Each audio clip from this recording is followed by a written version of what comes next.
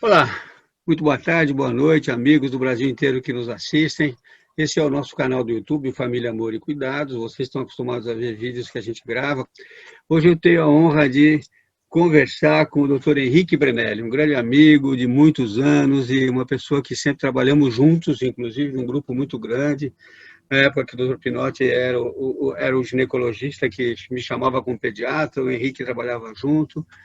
E, enfim, eu sou muito feliz de poder hoje conversar sobre esse tema que seguramente é uma área de muito conhecimento do Henrique Brunelli. Brunelli, como é que está a incidência de câncer de mama hoje em dia? O que mudou na história do câncer de mama? Como é que você está vendo essa situação do câncer de mama atualmente em termos de incidência, de diagnóstico precoce, de envolvimento das famílias e das mães? Martins, mudou tudo no câncer de mama, né? Mudou desde a maneira da gente enfrentá-lo, desde a maneira como ele se apresenta e mudou a incidência, né? Hoje, a incidência, no Brasil, para esse ano, nós estamos esperando mais ou menos 66 mil novos casos de câncer de mama. E no Brasil isso vem aumentando praticamente 2% ao ano, né? E essa incidência também vem acontecendo no mundo todo, né? Tanto é que, se você tirar os cânceres de pele não melanoma, né, que esse é o mais frequente na mulher, desses outros tumores, a mama é o mais frequente. Ela corresponde a 29,7% de todos os cânceres na mulher, que é muito alto. Puxa, quase 30%. Depois disso, né? você vem o cólon e reto, né? E esse ano nós estamos esperando mais ou menos 21 mil casos, mais ou menos, de câncer de reto e de cólon, né? Tem uma correspondência de 9,2%, e de colo de útero, que nós vamos ter mais ou menos entre 16 e 17 mil novos casos, que é uma incidência de 7,5%.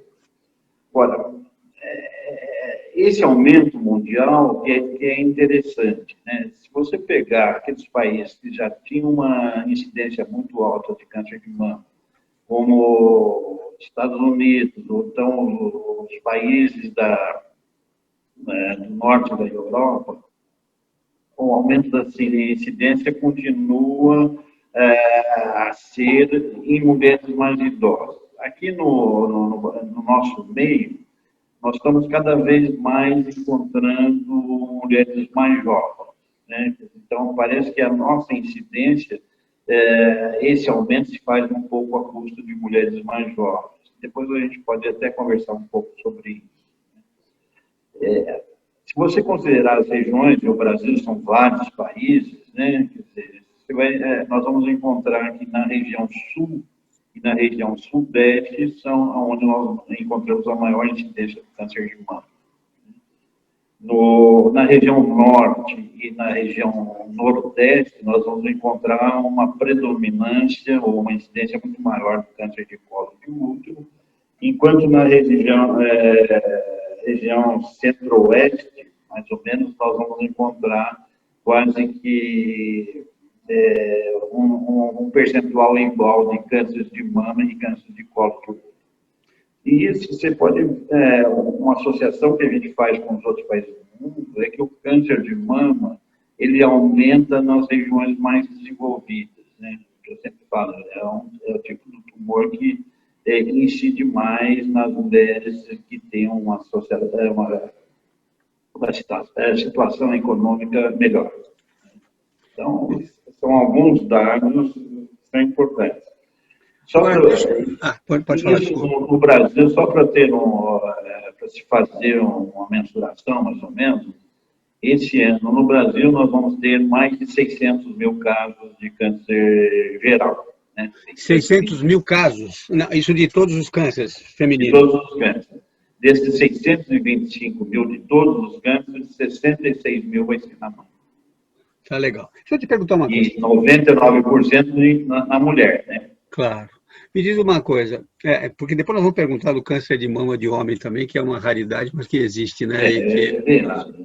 Agora, me diz o seguinte, O que está associado a esse aumento de câncer? Você falou que são mulheres de nível econômico melhor, etc., mas quais são os fatores mais claramente envolvidos com o câncer de mama? Também é cigarro, corantes, inseticida, ou não se tem essa colocação? Eu acho que é tudo isso, né, Martins?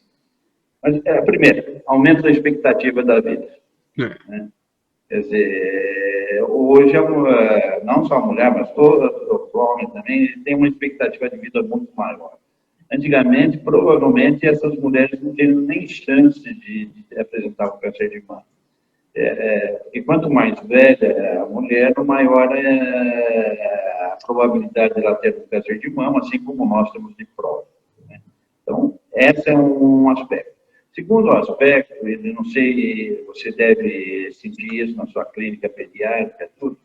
Hoje já não existe mais aquele estigma do câncer, né?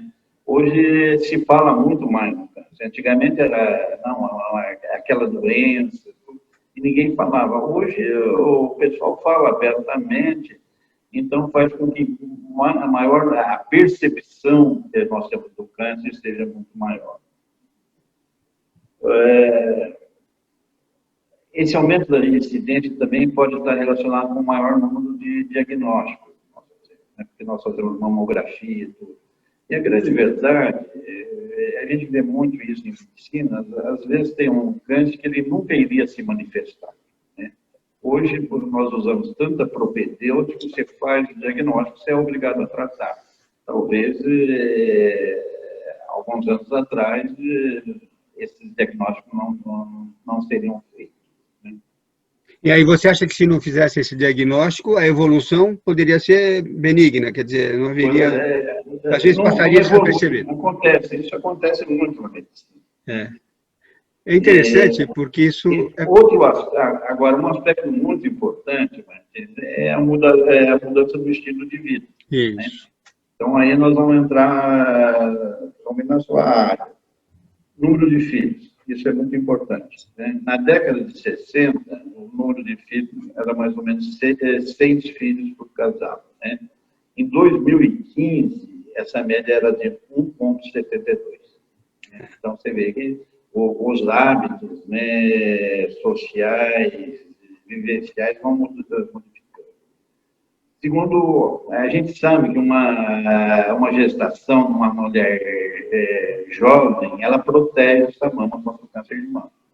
Né? Porque a gestação, a amamentação faz com que essa mama amadureça. E quando você tem um tecido mais amadurecido, você tem uma menor probabilidade de câncer.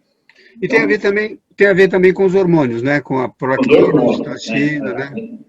Mas essa diferenciação é importante, né? Quer dizer, então, essa mulher ela vai ter estímulo hormonal, né?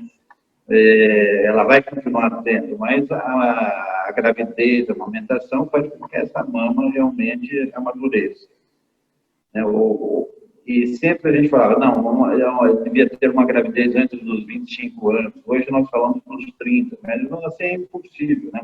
Hoje a mulher ela luta pela vida, né? Ela faz a faculdade, ela faz a pós, ela quer estabilidade no emprego, então ela vai engravidar depois dos 30, 35 até mais. Né? E engraçado, né? E alguns dados interessantes são riscos relativos, não são riscos absolutos. Cada ano que você retarda para ter uma gravidez, você aumenta 3% do risco relativo dessa mulher ter um câncer de mama. Vamos repetir esse dado. Cada vez que você atrasa uma gravidez, você você aumenta 3% de probabilidade. Do risco relativo. É interessante isso, né? Porque é exatamente o controle que acontece com o câncer de colo de útero, né? Nas virgens que nunca engravidaram, que não aumenta. Interessante. A mama é exatamente o contrário. É.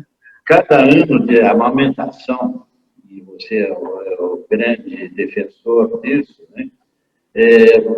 A diminuição é de 4,3% nesse ritmo. Olha só que beleza, isso é tão interessante, sabe? Se é só te interrompendo um minutinho, essa coisa que você tocou da amamentação, que você sabe que a gente luta junto sobre isso, e a experiência da vida que me ensinou, né? E quando a gente fala para as mães, olha, você está beneficiando o teu filho, mas você está se beneficiando com a amamentação, é interessantíssimo esse dado, 4% você falou, né? 4,3%. E quando com cada ano de amamentação? Cada ano de amamentação. Puxa vida, ou seja, uma mulher que tem 3 filhos, já amamentou 2 anos, são 6 anos, né? Isso dá 25% a menos de chance de... 25% do risco relativo. É impressionante. Eu não tinha esse dado. Esse dado já é muito interessante, viu, Granelli? Puxa vida, fiquei contente E cada parto a mais, que antes ela tinha 6 partos, tá? Hoje ela tem 1, 2. Pois é, Cada exatamente. parto diminui 7% o risco dela. Exatamente. Bom, cada parto... Diminui 7% o risco relativo dela para o câncer de mama. Puxa vida, olha, esses dados são tão importantes para as mulheres que estiverem nos assistindo, viu? E entenderem por que a gente luta tanto pela amamentação e pela prevenção e pela história do câncer de mama, né? E eu que convivi muito com vocês, embora fazendo pediatria, eu sei o trabalho que você, o Pinóquio, o Caís me fez na questão do câncer de mama, né? E também do câncer de colo de útero na região de Campinas, né? O trabalho foi maravilhoso também. É uma coisa que é um trabalho que a Unicamp fez que nem sempre as pessoas conhecem, né? Via CAISM, né? Você ainda está indo no CAISM ou você já deixou o CAISM? Não, eu me aposentei agora só estou na clínica. Tá bom. Você já deixar para os jovens lá, né? Eles tocarem um pouco a vida. Então tá bom. Vamos lá, vamos continuar. Agora, me diz uma coisa, você falou que as mulheres de nível mais alto, elas têm uma tendência a ter um pouco mais. Agora, a exposição dessas pessoas a outros por exemplo, agrotóxicos, benzeno, também tem a ver com câncer de mama ou não?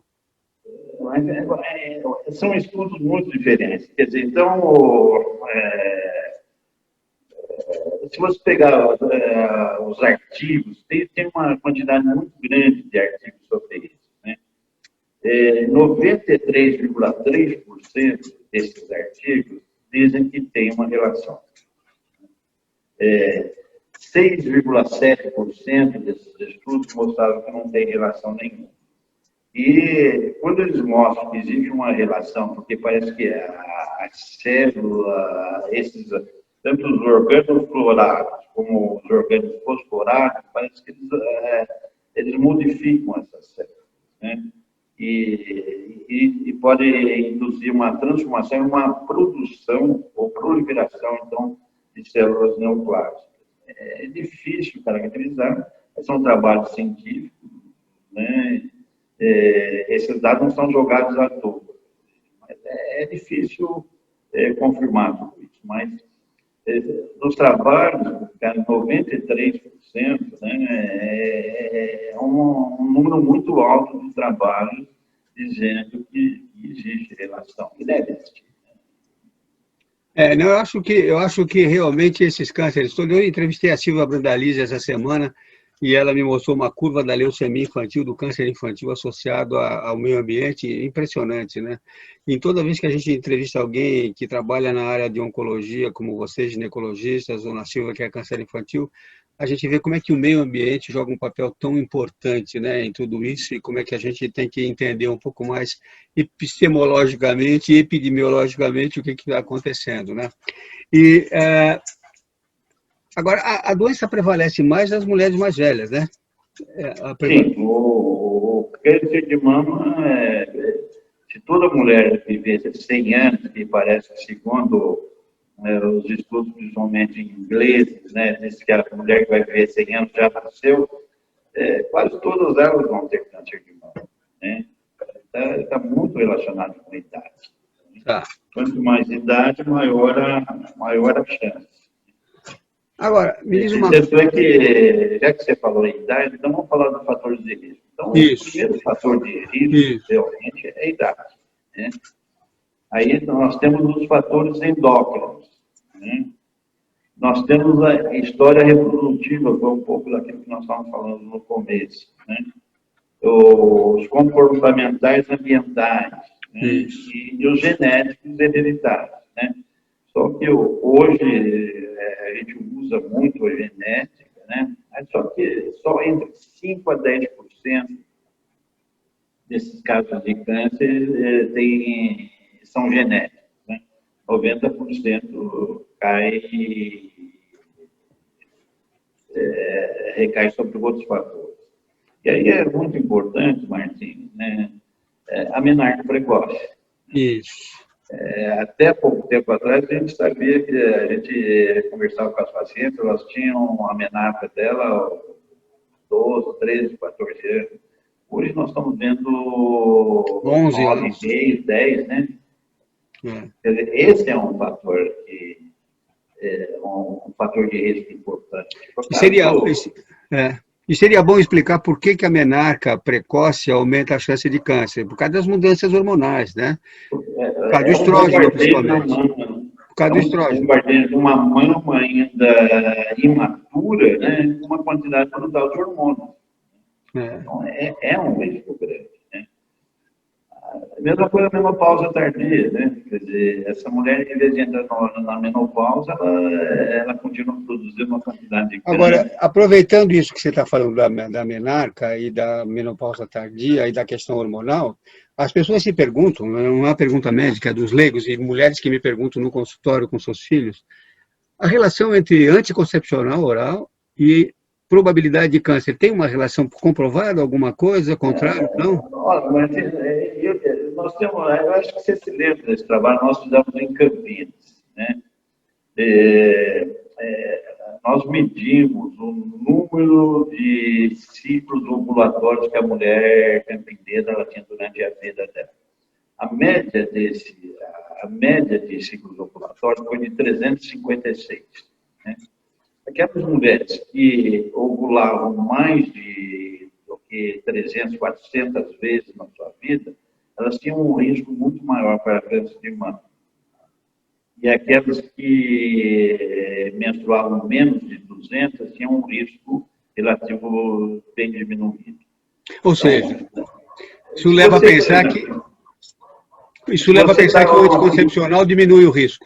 Diminui o risco. Você dá 5, 6 anos de pílula para essa mulher, você vai tirar ela de um grupo de alto risco para um grupo de menor risco. Essa é outra informação muito importante para as nossas mães que estão vendo aqui, as nossas clientes. Parabéns. Eu acho que esses dados que você nos dá são fundamentais. Muito obrigado. Estou gostando muito dessa fala. E vocês falam isso para as mães? Você sugere usar anticoncepcional mais tempo nas mães? Quer dizer, aquela história de antigamente de colocar DIU, etc. e tal, caiu de moda agora?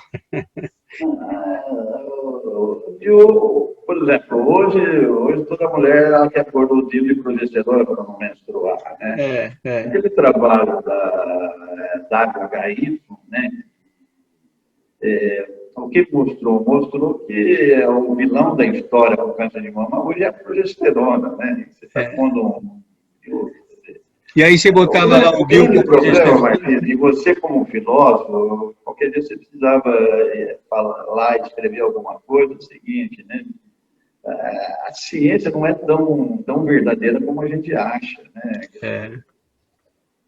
É isso mesmo. Por exemplo, nesse trabalho foi muito interessante.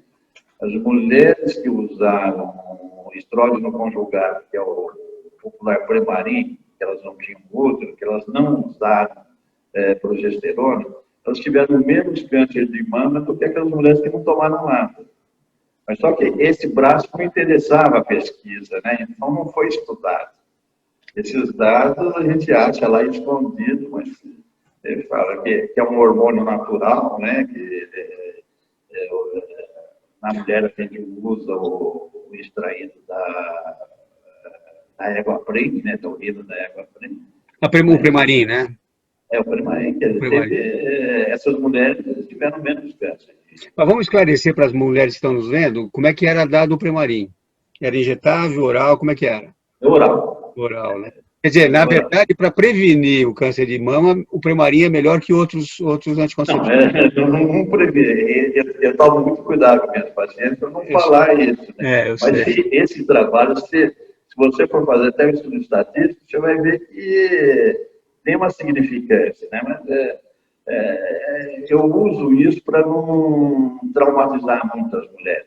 E a questão do DIU com progesterona?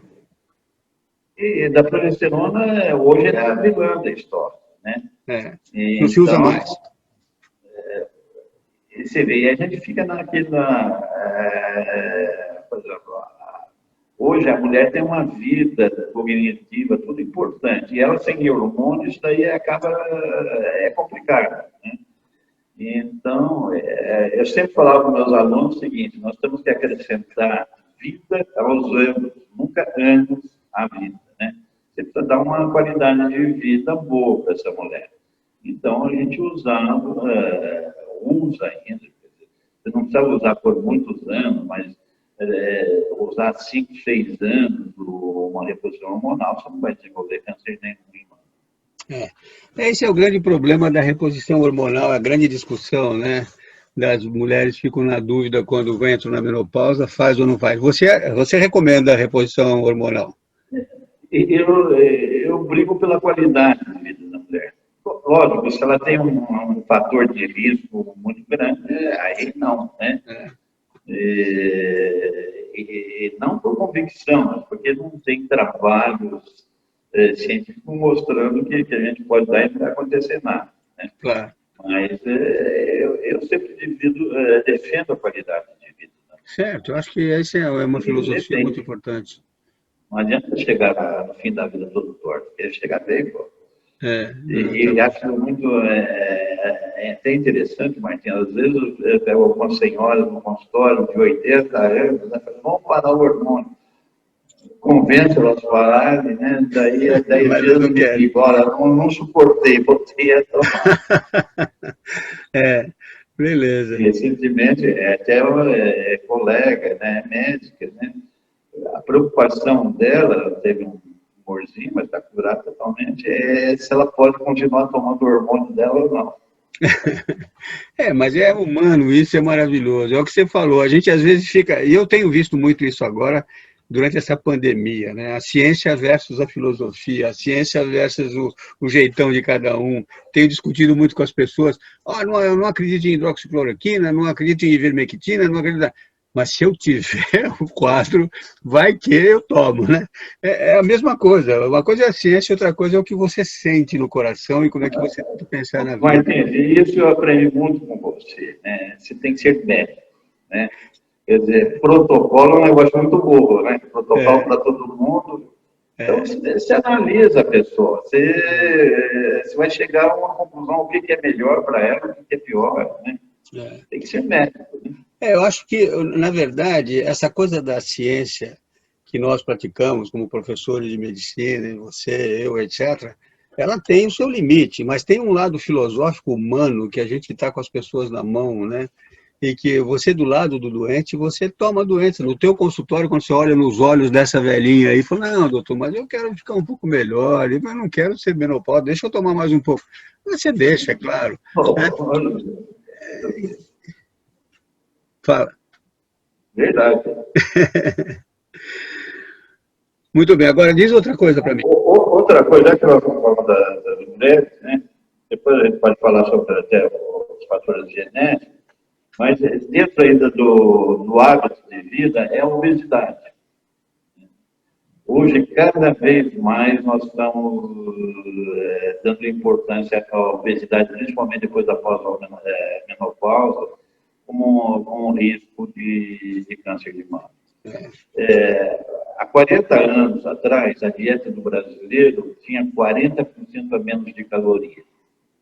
Hoje, o brasileiro, a dieta dele tem 40% a mais de calorias. Então, você vê que tem um percentual grande da população obesa, e isso está aumentando o câncer de mama por causa da transformação periférica da gordura em estrógeno. E não é só o câncer de mama, né? Na maior parte dos cânceres, a obesidade joga um papel. E outra coisa que eu ia te perguntar, você não tocou nesse assunto ainda, uma vez eu fiz uma revisão e falaram sobre exercício físico e câncer de mama e outras. Também você acha que tem um papel? Também, exercício físico é fundamental. Né? E até na prevenção. Claro. Porque, tem um trabalho muito interessante nos Estados Unidos que lá a educação física não era obrigatória, né? E estudaram agora, já depois de muitos anos, aquelas mulheres que, quando jovens, praticavam uma atividade física na universidade, tudo, e as que não praticavam. As que tinham uma atividade física regular, tiveram uma incidência bem menor do que as irmãs. Onde que é isso? Nos Estados Unidos. Estados Unidos, é. Eu tenho uma filha que mora lá há tantos anos, ela faz bastante exercício, graças a Deus.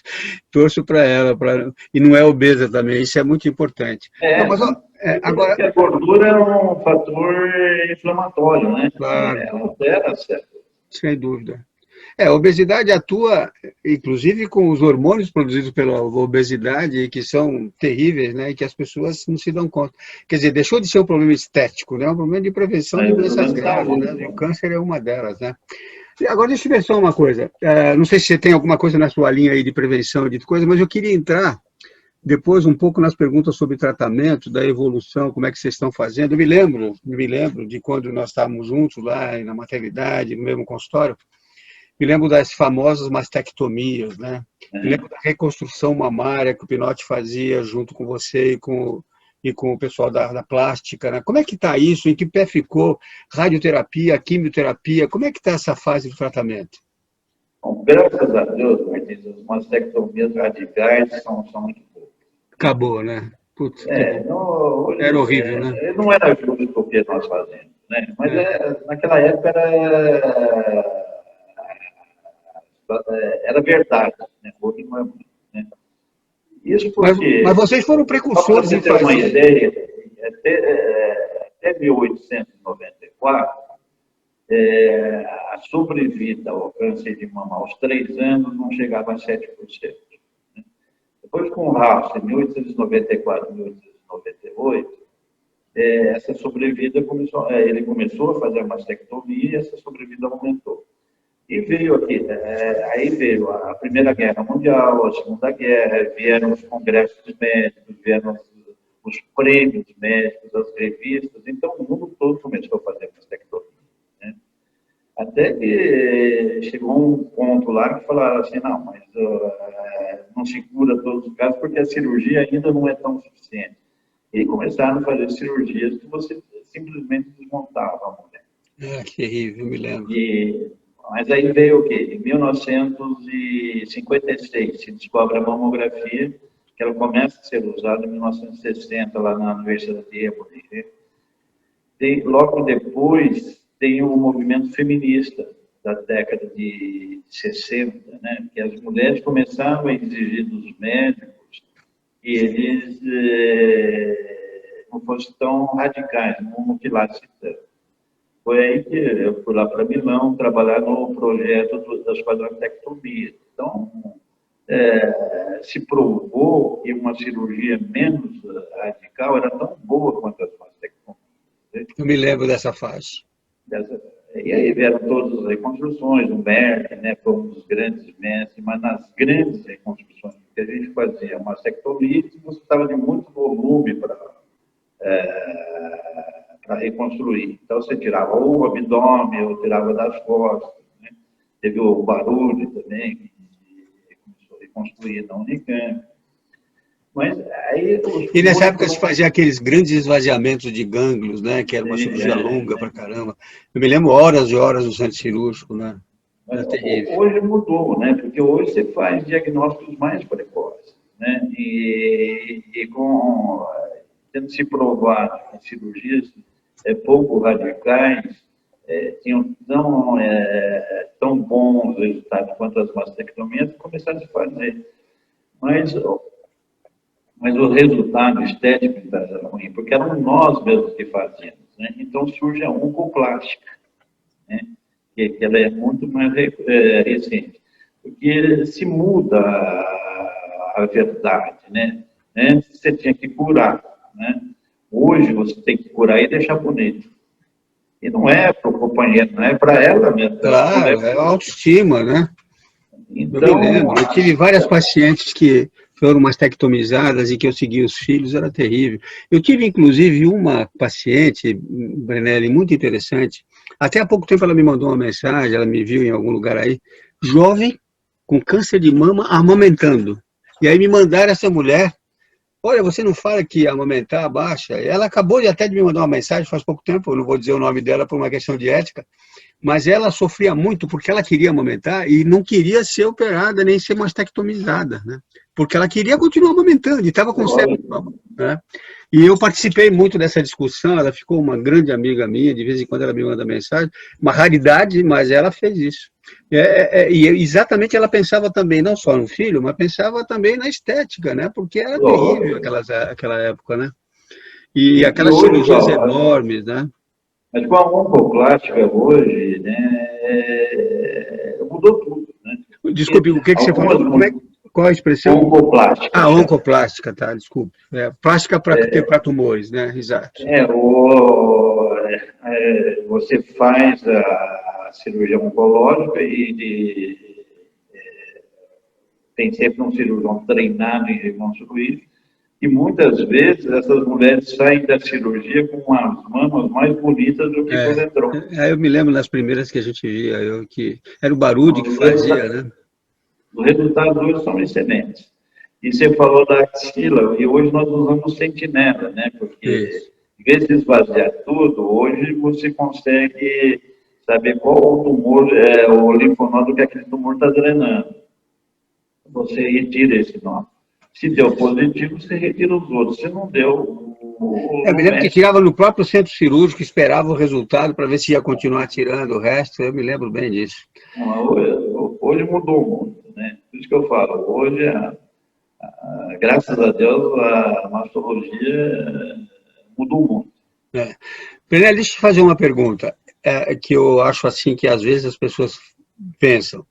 O diagnóstico precoce, praticamente, ele resolve o problema. Vocês falam hoje em cura de câncer de mama quando é diagnóstico precocemente? Cura. Quando você não faz diagnóstico precoce e é mais tardio, o tempo médio de sobrevida varia dependendo do tratamento? Quanto tempo? Bom, diagnóstico precoce. Então, vamos pegar um tumor pequeno. Em 10 anos, 95% das pacientes continuam vivas sem doença. Nós consideramos isso cura. Se você pegar um caso mais avançado, aí vai diminuindo a chance, né? Mas hoje nós estudamos muito a biologia do tumor, né? Quer dizer, hoje não é só o tumor, só o tamanho, né? E com a biologia, hoje nós temos também drogas específicas, né? O genoma, né? A gente faz até um estudo imunohistoquímico antes de operar o paciente. Tem algumas que a gente começa a fazer a quimioterapia neoadjuvante, quer dizer, faz primeiro uma quimioterapia e às vezes a gente tem que marcar onde estava o tumor porque desaparece. Então, antes da cirurgia, antes de começar a quimioterapia, a gente manda colocar um pedaço de líquido para depois operar para saber onde estava o tumor, se realmente desapareceu. E falando de diagnóstico precoce, aí vem a pergunta do pediatra, a questão do autoexame, que até na televisão fala, não, faço autoexame, faço autoexame. A gente sabe que não é esse o melhor diagnóstico precoce, e sim a mamografia de rotina feita em mulheres a partir de uma idade X, né? O autoexame ainda se ensina para as mulheres? Acho que isso funciona ou você, de rotina, faz às suas pacientes as mamografias precoces, etc.? Eu acho que o autoexame é importante para você conscientizar essa paciente do problema e para ela conhecer o corpo dela. Porque a hora que ela palpa um nódulo, já não é mais precoce, né? Já está lá o nódulo, ela já fez o diagnóstico do câncer, né? Mas se ela se autopalpar, ela sabe que ela vai ter que fazer exame periodicamente. Porque, do ponto de vista, lógico, vamos falar em termos do Brasil, é importante, né? Porque ela vai palpar um nódulo de 2 centímetros, que é muito melhor do que ela chegar lá no serviço com um nódulo de 5. Claro. Mas também para as mulheres mais humildes, é preciso que elas saibam que não. Se elas fazem isso de rotina, porque o ideal é que elas também pudessem fazer mamografia profilática em todas. É que nós não temos esse esquema no Brasil. Em outros países tem, não precisa fazer autoexame, né? Esse é o problema, Martins. Nós falamos muito de outubro rosa, isso. Mas as mulheres continuam fazendo mamografia. Eu estava vendo uns dados essa semana e a pandemia fez com que 50%, caísse 50% no número de mamografias. Terrível. Mas a pandemia fez isso? Diminuiu as consultas preventivas em pediatria, diminuiu a puericultura, diminuiu o aleitamento e o diagnóstico precoce em várias doenças, né? Por exemplo, câncer de próstata. Quantos homens não foram lá fazer o exame teoricamente necessário da próstata, etc. Por causa da pandemia, ficam trancados. Nós estamos há 8 meses trancados. É uma coisa muito séria. Elas não foram fazer mamografia. Não, o número de casos de câncer, porque, bom, câncer de mama diminuiu muito, pô, não tenho visto quase, né? Que bom, né? Mas vão aparecer aí, daqui a pouco, tudo em estadios já avançados de novo. Agora, você acha, Brenelli, que o fato de a gente não fazer em todas as mulheres brasileiras a mamografia, quando na maior parte do mundo se faz preventivamente, a razão é econômica, política, filosófica? Qual é o problema? Onde é que é grana, é dinheiro? Não, o Brasil é o país que mais mamógrafos tem no mundo. Então, e aí? Mas a maior parte não funciona. O prefeito comprou para ganhar um dinheirinho e pôs lá e não funciona. Então é um problema político, né? Um problema administrativo. Problema eu tinha essa ideia, mas fazia tempo que eu não via isso. Quer dizer, tem lá o mamógrafo, mas os caras não fazem atualização e tal, e não recomendam as mulheres fazer mamografia. Né? É terrível. Não tem manutenção nenhuma, né? É tão fácil, Martins. Eles não precisam ter o tratado. Faça o diagnóstico, faz a mamografia, e os casos positivos, que são poucos, né? Encaminha para o centro, para algum centro próximo. O problema é político. É a falta de vontade disso. A idade que você recomenda, a feitura preventiva e de rotina da mamografia, qual é a idade e qual é a rotina? Uma vez ao ano deve fazer a mamografia? No Brasil, existe uma discussão grande entre a Sociedade Brasileira de Mastologia, o INCA, né? E nos Estados Unidos a mamografia é feita depois dos 50 anos, né? O INCA está recomendando aos 45. Nós recomendamos aos 40, porque nós estamos com muitas mulheres nessa década com câncer. Né? Então... E você recomenda anualmente uma mamografia? Todo ano? Uma vez por ano. A incidência de mulheres que chegam no teu consultório com diagnóstico de CA de mama e que não fizeram mamografia é alta? É alta? Hoje, na clínica privada, não. Na privada não. Mas e no CAISM? No CAISM, a maior parte não faz. Nunca fez, né? Chega lá, às vezes, com câncer já avançado. Aí acontece outras coisas, serviços despreparados, né? Ela traz doutor, eu faço toda a mamografia e não tinha nada.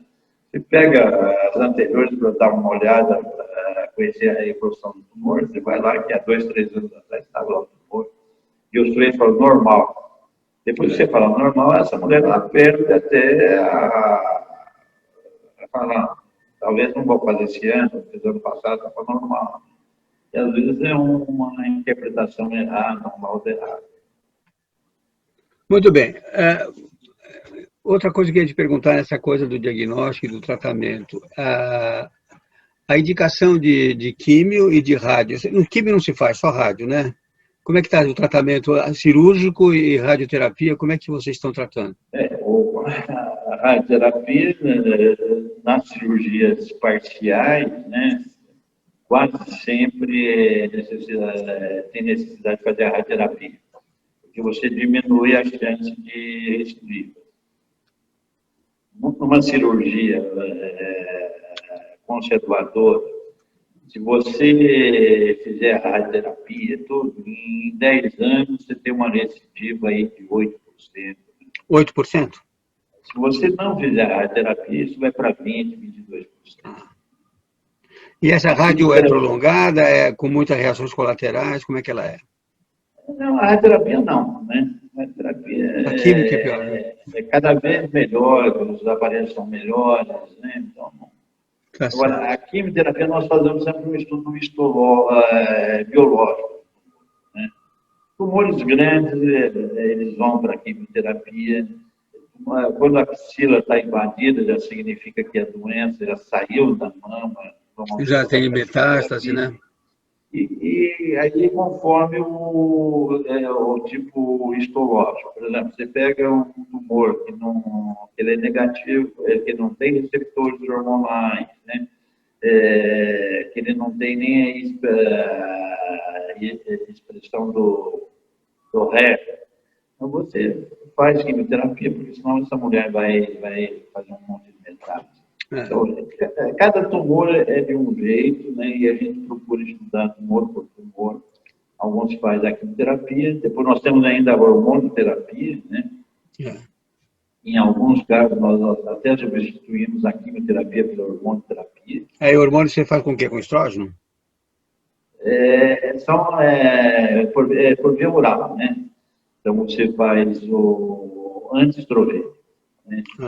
Ou eles competem com o estrógeno, ou você usa medicações que bloqueiam a formação dos estrógenos. Certo, bloqueia o ovário.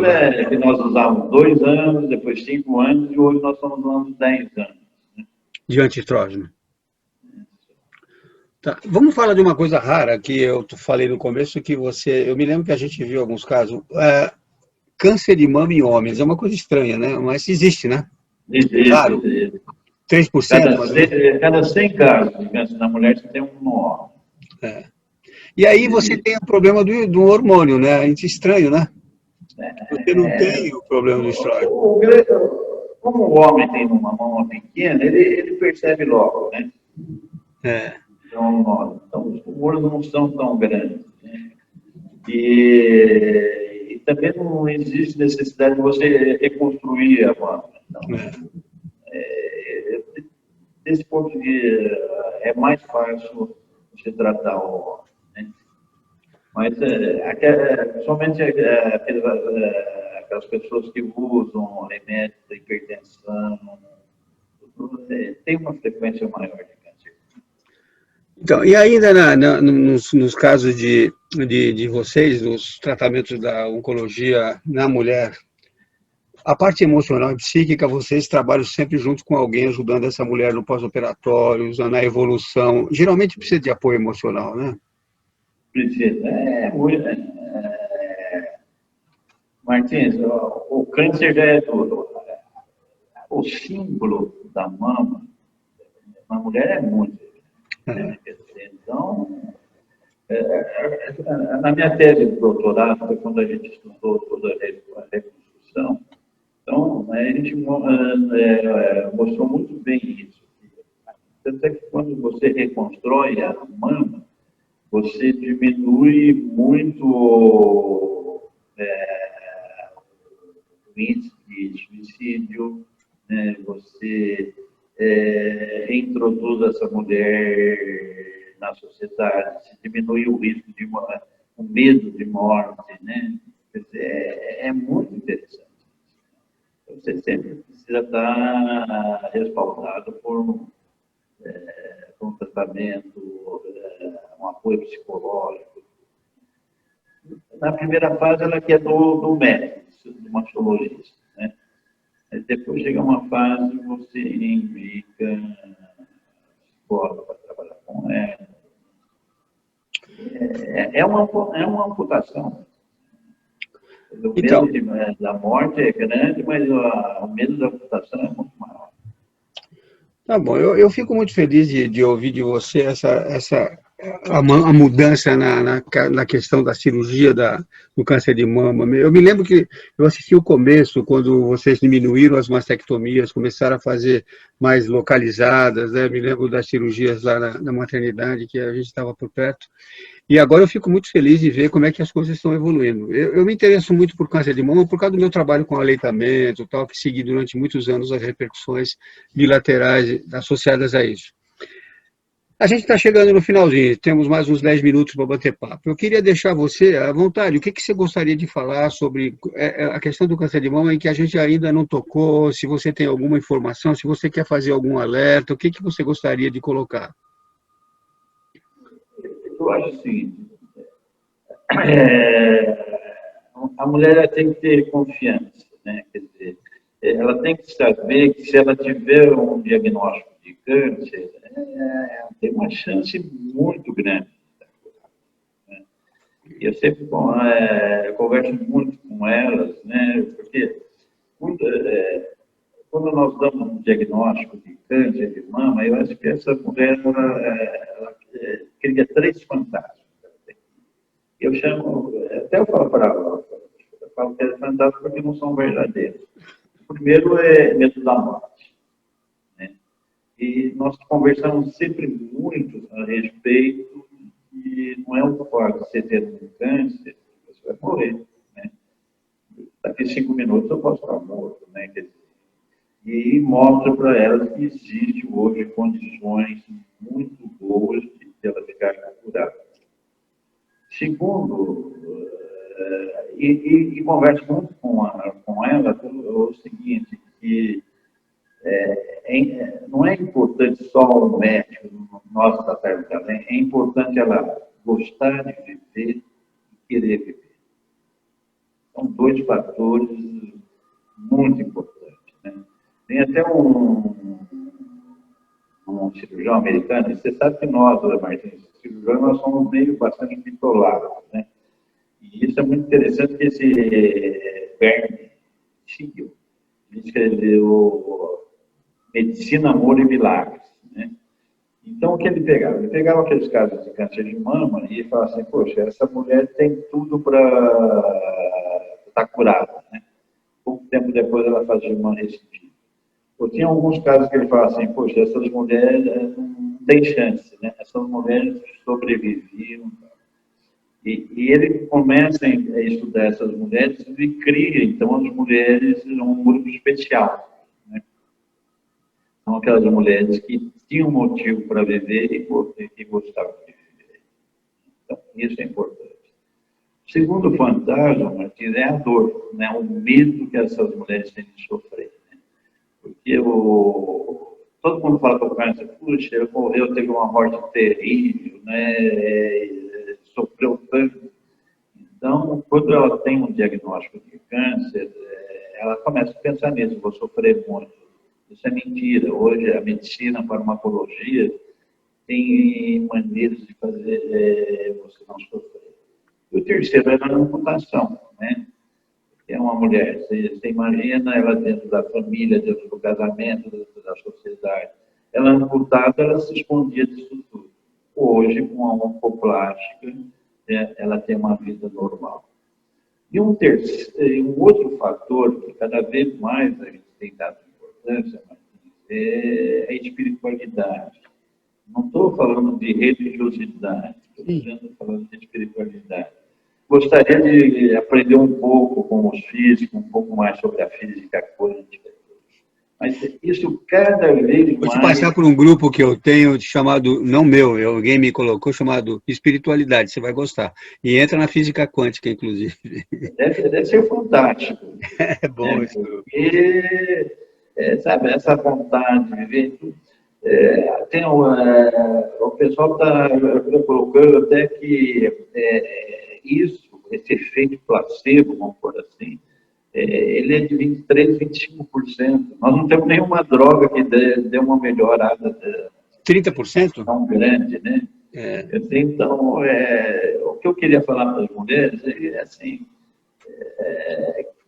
que enfrente, né? Quer dizer, não tenham medo de fazer a mamografia. Se tiver alguma coisa, tem cura, vai prolongar a vida, vai curar, né? E vai renascer até melhor, né, Martins? Quando você passa por um câncer, eu falo para elas, do que vocês têm medo? Nada, né? Então, elas passam a ser até autênticas, ter uma vida até mais real. Tá bom, olha, eu acho que foi muito boa essa nossa conversa, eu fiquei muito feliz de te rever, né? A gente às vezes não se vê durante algum tempo, né? O mundo está tão corrido, né? E eu queria que você te mandasse um abraço grande para a família, para todas as pessoas aí que a gente conheceu tão de perto e os que eu cuidei também, né? E fico muito feliz de saber que a evolução do câncer de mama está assim, nesse caminho, né? Porque é uma coisa que me alegra muito. Eu acho que a gente está entrando cada vez mais nesse terreno da oncologia, ampliando a chance das pessoas, né? A gente tem muito menos mortalidade, menos sofrimento, as terapêuticas são mais humanizadas, né? São menos agressivas, isso é fundamental. Então, eu queria te agradecer muito, viu? Muito obrigado, parabéns aí pelo teu trabalho. Vamos trocar E, um... público, eu quero te agradecer, Martim. Eu acho que a gratidão é uma das coisas. O professor Rezende fala muito da gratidão, né? Rezende lá da Unicamp, que é um dos maiores filósofos da época, né? Da nossa época. Mas você realmente é uma pessoa muito importante. obrigado.